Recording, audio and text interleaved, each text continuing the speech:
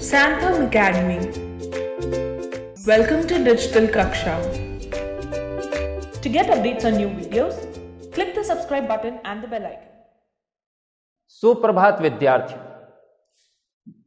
जैसा कि हम सब जानते हैं कि पिछले पाठ में स्पर्श हिंदी भाग 2 कक्षा 10वीं इसका जो पाठ्यक्रम ब है, इसके अंतर्गत हमने पाठ 2 मीरा के पद उसके विषय में अध्ययन किया था। अब हम गद्य खंड के अंतर्गत पाठ 1 बड़े भाई साहब इस कहानी के विषय में यहां पर बात करेंगे। पाठ 1 बड़े भाई साहब कहानी मुंशी प्रेमचंद के द्वारा लिखी हुई है। हम सब जानते ही हैं कि मुंशी प्रेमचंद ने अपने जीवन काल में कई कहानियों की रचना की है। इन कहानियों के माध्यम से इन्होंने समाज के उपेक्षित वर्ग को दिखाने का प्रयास किया है। उन्होंने अपनी कहानियों के माध्यम से समाज का निचला तबका, किसान, मजदूर, इनके दुख दर्दों को उभारने का प्रयास किया है। इन्होंने अपनी कहानी और उपन्यास के जो पात्र हैं, उन पात्रों को अपने कहानियों में स्थान दिया है। यहां पर भी पाठ्यक्रम में जो कहानी दी हुई है, जिसका नाम है बड़े भाई साहब, यह एक बहुत लोकप्रिय कहानी है।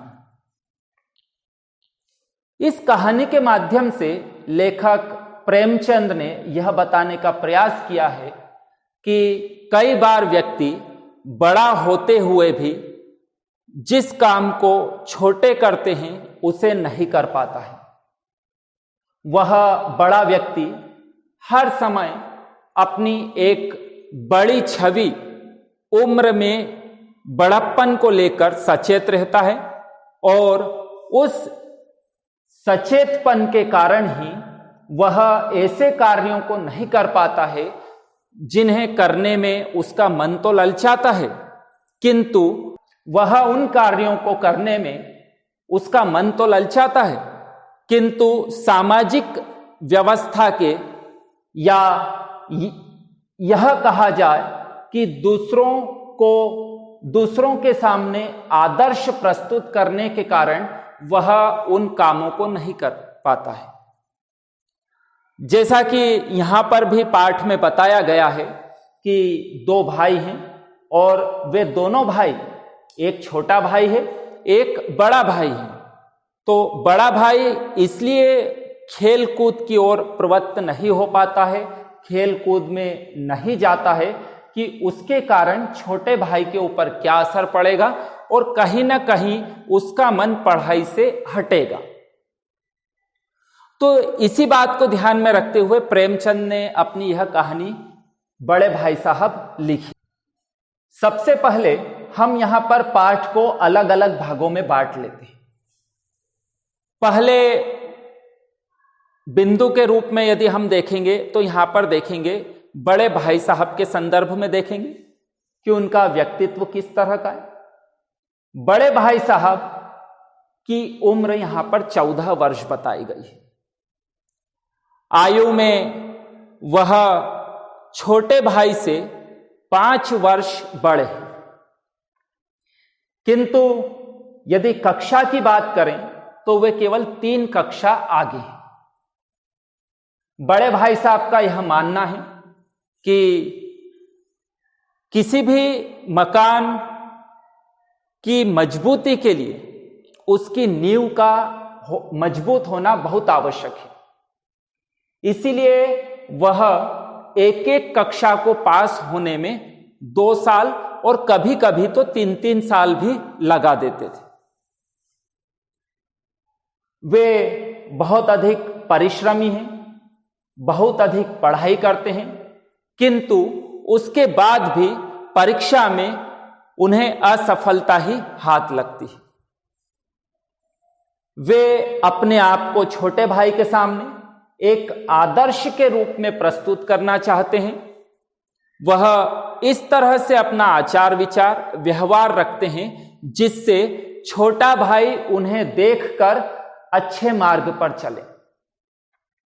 किंतु छोटा भाई जो होता है वह हर समय खेलकूद में, पढ़ाई लिखाई में, किंतु छोटा भाई जो होता है हर समय उसका मन खेलने कूदने में लगा रहता है और वह बड़े भाई के आदर्श रूप को भी देखकर उनके जो विचार हैं, उनका आचार विचार, उनका व्यवहार उसको ग्रहण नहीं कर पाता है।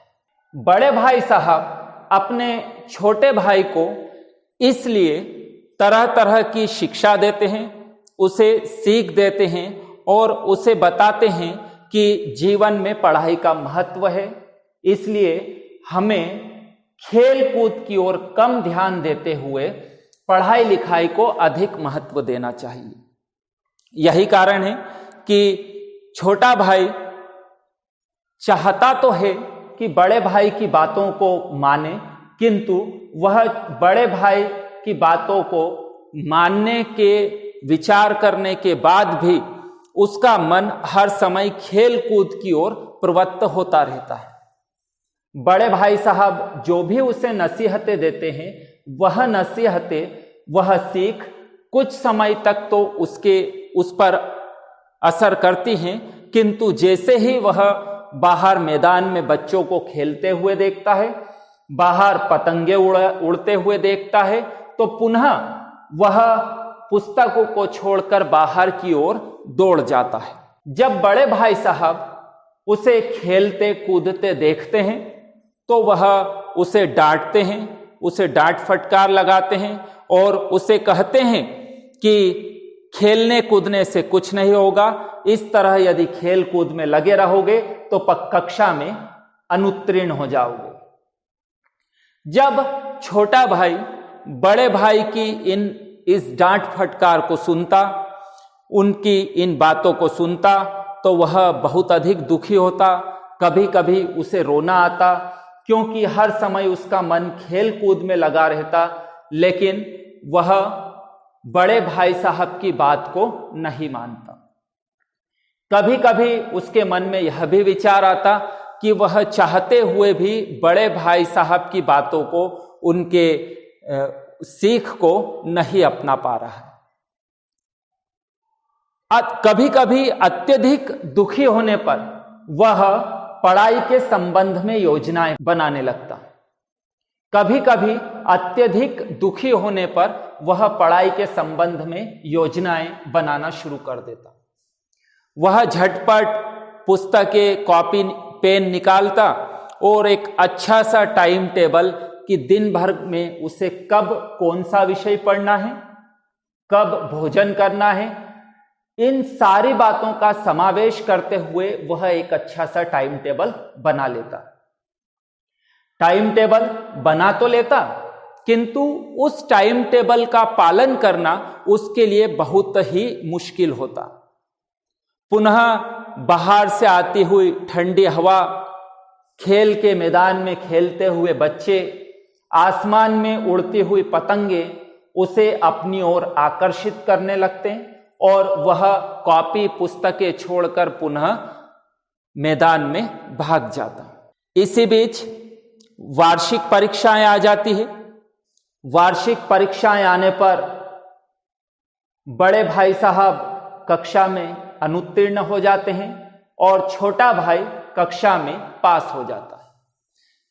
उसे प्रथम स्थान प्राप्त होता है।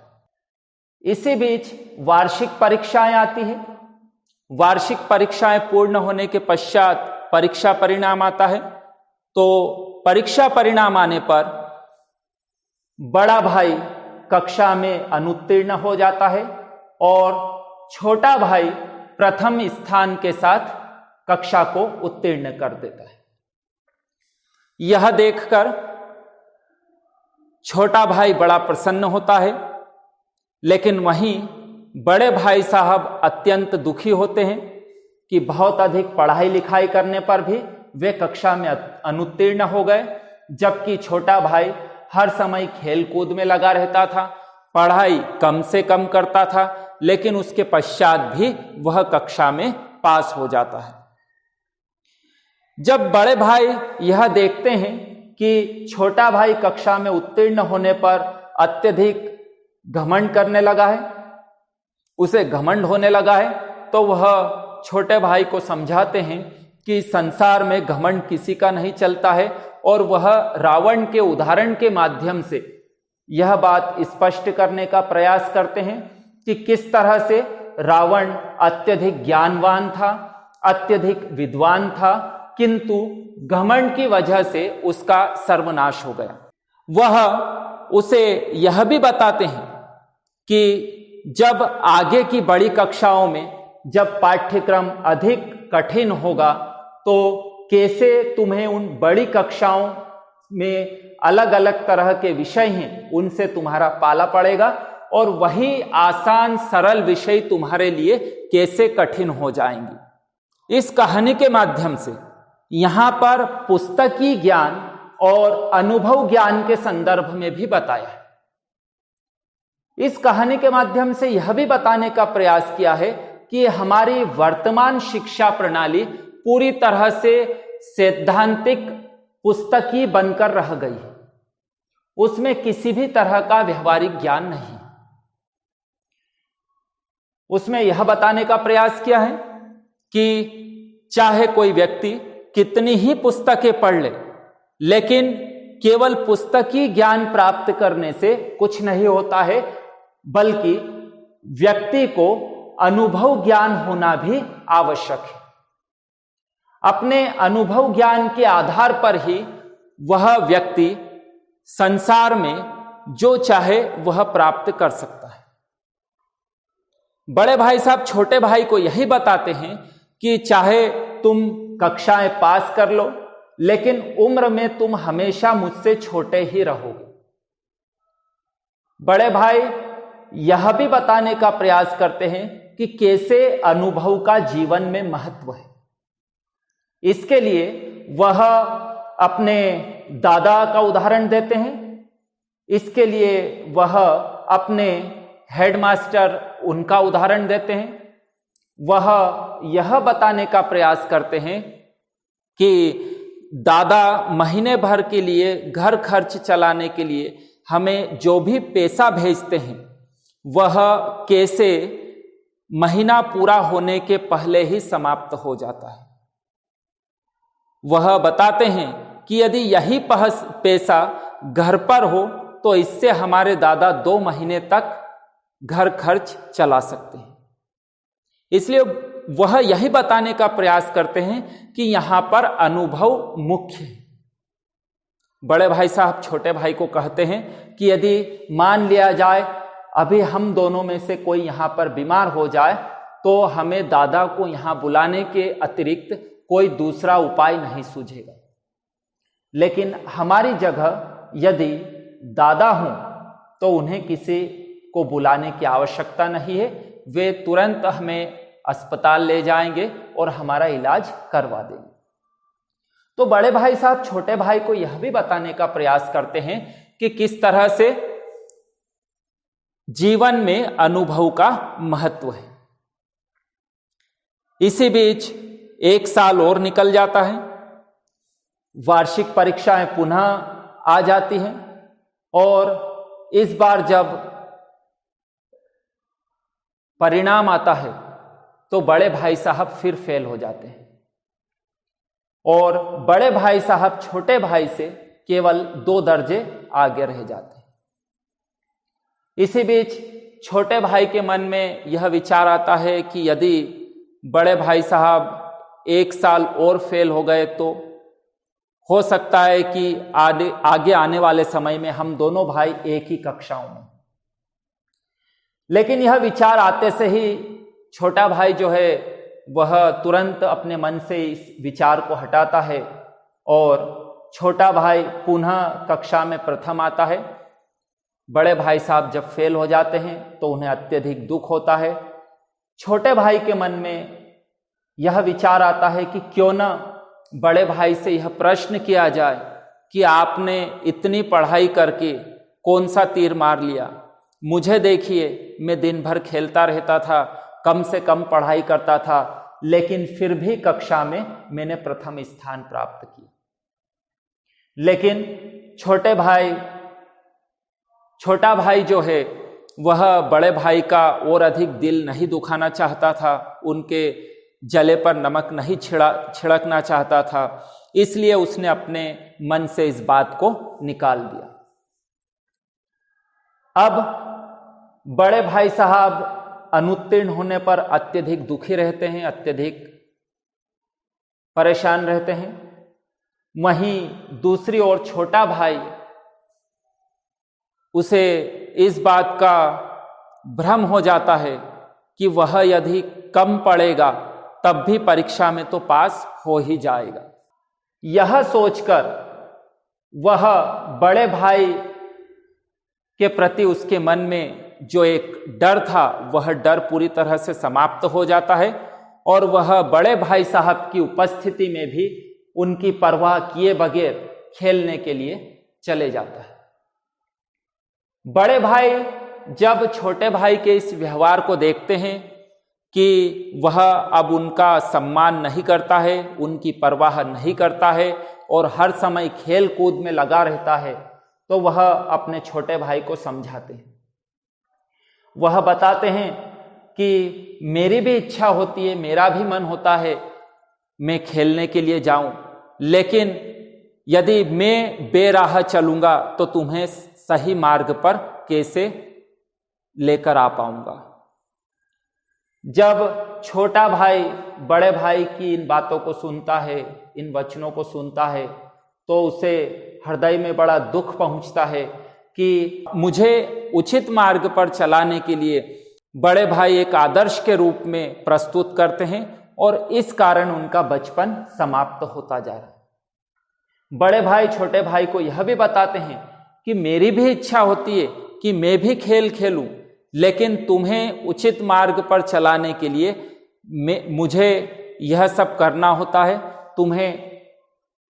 तुम्हारे सामने आदर्श रूप में मुझे प्रस्तुत करना होता है। इस तरह से इस कहानी के माध्यम से प्रेमचंद ने यही बताने का प्रयास किया है कि वास्तव में उम्र में कोई छोटा है या बड़ा, इससे कोई फर्क नहीं पड़ता है, बल्कि वह किस तरह से कैसे समाज में अपने आप को प्रस्तुत करता है, किस तरह से चीजों को सीखता है, किस तरह से पुस्तकी ज्ञान की अपेक्षा अनुभव ज्ञान को अधिक महत्व देता है, यह बताने का प्रयास किया है। दूसरी ओर उन्होंने पाठ के माध्यम से वर्तमान शिक्षा प्रणाली पर भी व्यंग किया है कि वर्तमान शिक्षा प्रणाली ने केवल आज के विद्यार्थियों को रटने की मशीन बना दिया है, जबकि जीवन में अनुभव का भी अपना बहुत महत्व है कि जब तक विद्यार्थियों को व्यवहारिक शिक्षा प्रदान नहीं की जाएगी, उनके द्वारा प्राप्त की गई सैद्धांतिक शिक्षा किसी भी प्रकार से कोई काम की नहीं है। तो कहानी में बड़े अच्छे तरीके से दो भाइयों के संवाद के माध्यम से यही सब बताने का प्रयास किया है कि हर बच्चा चाहता है कि वह खेले कूदे, किंतु पुस्तकें इस तरह की बोझिल बनती चली जा रही है कि चाहते हुए भी उन पुस्तकों को पढ़ने में विद्यार्थी का मन नहीं लगता है। यदि उन्हीं पुस्तकों को बहुत अधिक व्यवहारिक ज्ञान के साथ जोड़ दिया जाए, उन्हें इस तरह से उस शिक्षा को इस तरह से प्रस्तुत किया जाए कि उसे पढ़ने में, उन क्रियाओं को करने में उसे आनंद की प्राप्ति होगी, तो वह अवश्य उन पुस्तकों को पढ़ेगा, उसमें जो ज्ञान निहित है उसे प्राप्त करने की चेष्टा करेगा। धन्यवाद। Thanks for watching. If you like this video, Make sure to like, share, and subscribe for more.